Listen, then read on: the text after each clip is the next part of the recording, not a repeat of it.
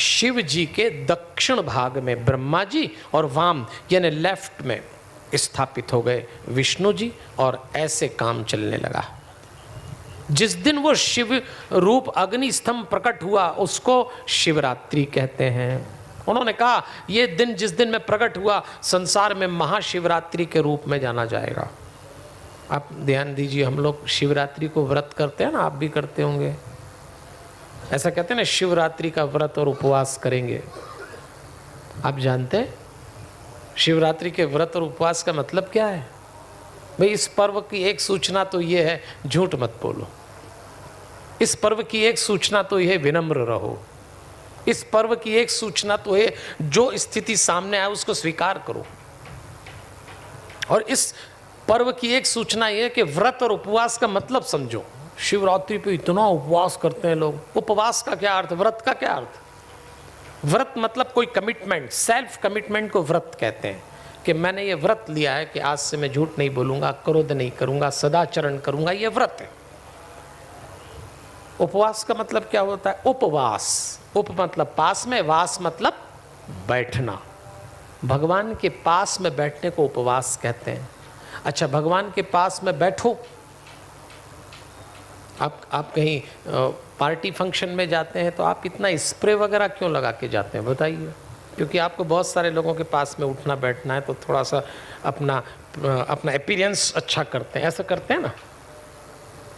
भगवान के पास में बैठ रहे हो आप, इसलिए उपवास करना पड़ता है। उपवास में क्या होता है? फलाहार करो। फलाहार क्यों करते हैं? डकार ना आए, मुंह से बदबू ना आए। लहसुन खाओ तो आपको पता लगता है कि आपका पास वाला लहसुन खा के आया है, प्याज खा के आया है।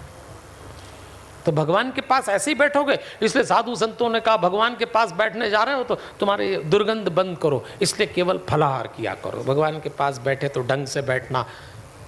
और नहीं, लेकिन उपवास का लोगों ने अर्थ लगाया कि पहले साबूदाने की खिचड़ी तो एकदम फर्स्ट होना ही चाहिए, उसके बाद उसके पकोड़े, और फिर तो फलाहारी समोसे और फलाहारी डोसा खा खा के बैठ गए। और उसके बाद भगवान के पास बैठ के डकार मार रहे हैं तो भगवान कह दूर हटा, इसको बदबू फेंकता है। अरे उपवास का अर्थ समझिए। उपवास का अर्थ है भगवान के पास में बैठने के लिए शारीरिक स्थिति का निर्माण करना।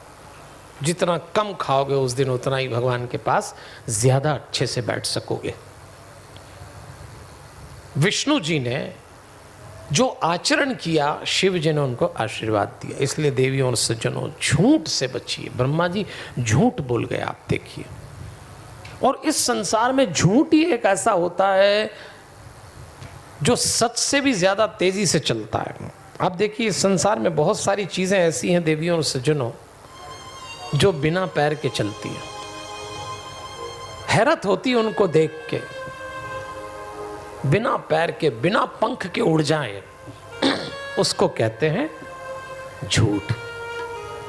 हमारे जीवन में भी आता है, पता नहीं लगता। कई बार तो हम झूठ बोल जाते हैं और तब समझ में आता है कि अरे झूठ बोल गए।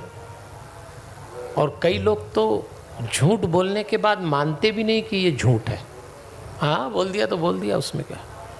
और कई तो ये बोलते हैं जो हमने बोल दिया वही सच है, बात ही खत्म हो गई। झूठ सच की परिभाषा बदल गई। लेकिन झूठ आपके जीवन में आए, थोड़ा सावधान रहना। दिन रात बिना पैर के चलता है, बिना पंख के उड़ जाता है।